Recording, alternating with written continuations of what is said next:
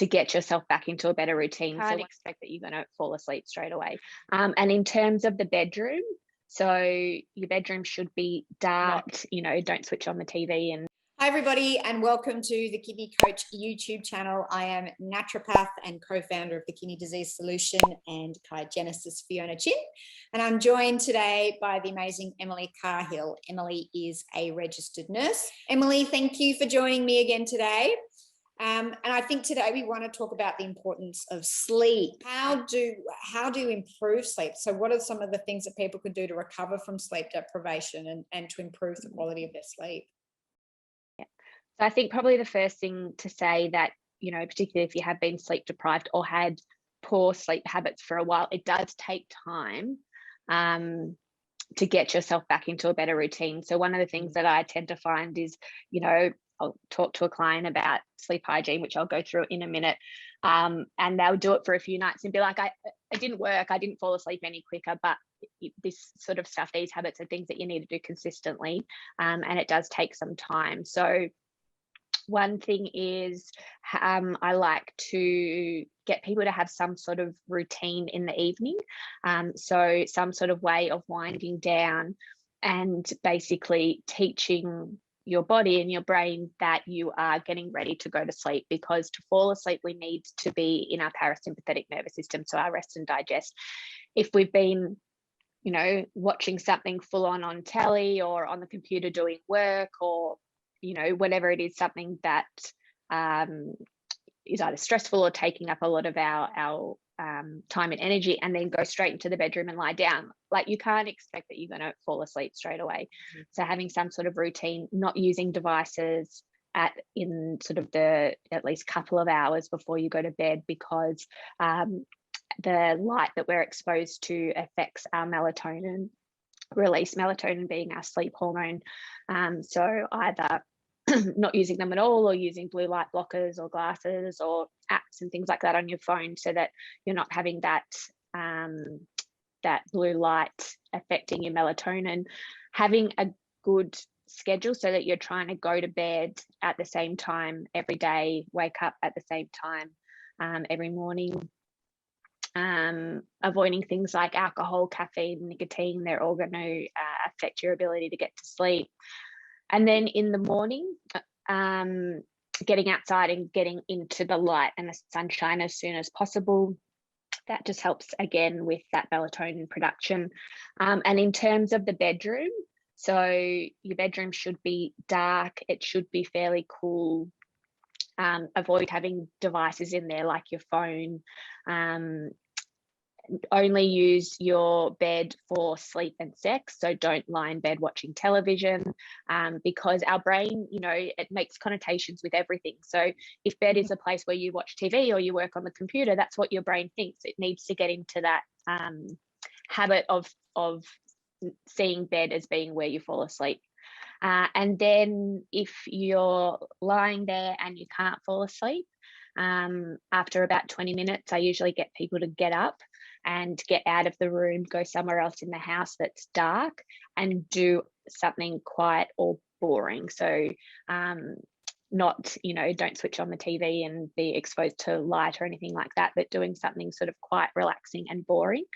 And then once you get that wave of tiredness again, then you go back to bed and try again. Because, as I said earlier, that anxiety about not wanting to fall asleep is one of the worst things for our sleep. So lying in bed and clock watching is one of the worst things you can do. And it's definitely not going to help you fall asleep. No. One of the things I wanted to come back to, you said to keep the room cool. So in case people don't know, one of the body's mechanisms to fall asleep is our core body temperature actually drops by 2 to 3 degrees. So one of the other things that I get to do on top of what Emily said, if someone really can't sleep, is to go and lie on like the bathroom tiled floor or something like that, so you can enforce the temperature drop, because that forces the mechanism to get you to sleep. And one of the things that I do every night, and it's just part of my nighttime routines, I have a hot shower, and I do my cold showers in the morning, my Wim Hof, but I have a hot shower at night. And then as I get into bed, my body temperature naturally drops, and that whole mechanism helps me to get to sleep. Because I used to suffer insomnia as a teenager, and that's been yeah, that's been great. So that making sure your room is cool. I can't tell you how often I go to hotels or stay at friends' place and the bedrooms are like 5 million degrees, and it literally gives me an anxiety attack because I cannot get to sleep in a hot room. So making sure that you're a little bit cooler actually does help you fall asleep as well, which is super important. So they're all the great hygiene things we can do, but there are some great herbs and nutrients that if people are really stuck that we could put in. Let's maybe go over those.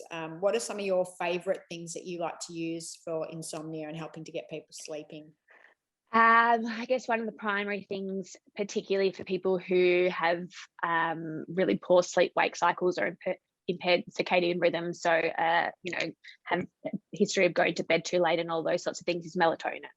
Yeah. So melatonin is the hormone that's produced by our body, that is our sleep hormone. And so that helps in terms of falling asleep as well as staying asleep. And, you know, it does have also additional benefits. So if you haven't seen our video on melatonin, maybe go and watch that where we talk about its benefits for kidney disease. So it kind of has a bit of a two-pronged benefit there. So melatonin can be really good. I really like magnesium. So insomnia is a common symptom of magnesium deficiency. People who take magnesium, they've shown they get to sleep quicker, have more restful sleep as well. And then I guess in terms of herbs, valerian. So valerian is one of our, I guess, sedative, hypnotic type herbs. So that can help reducing the time it takes to fall asleep. And also improves the quality of sleep as well, so people can get more refreshing sleep.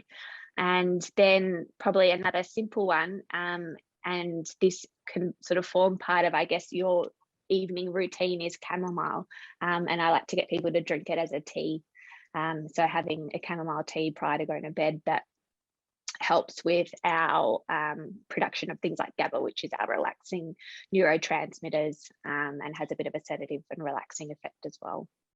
If you like this information, make sure you hit like and hit subscribe. It means you'll get notified anytime that we put up more information. If you want to find out more about the kidney disease solution, head over to www.kidneycoach.com, and on there you'll find the article on sleep that Emily wrote. You'll find we post a free article every week of, there's, I don't know how many articles, must be 200-300 articles on there by now of just stuff that Emily and I are posting every week. Head over to our Facebook page, www.facebook.com/kidneycoach. We're posting every day full of great free information on there. And then we've also got our supplement range in our program. And if you're part of our kidney disease solution family, you've got Emily and Rachel, our other fully qualified naturopaths, that are on hand to answer any and all questions that you have about medications in the program. So Emily, thank you again. If you want some more one-on-one, if you are doing the program and you want some more one-on-one specific support, then you can also email us at support@Kygenesis or support@kidneycoach.com, and Emily will be able to book you in and do an appointment with you. Ems, thanks again, and thank you for being part of our Kidney Coach family. We really appreciate you guys, and we will see you next time. Bye.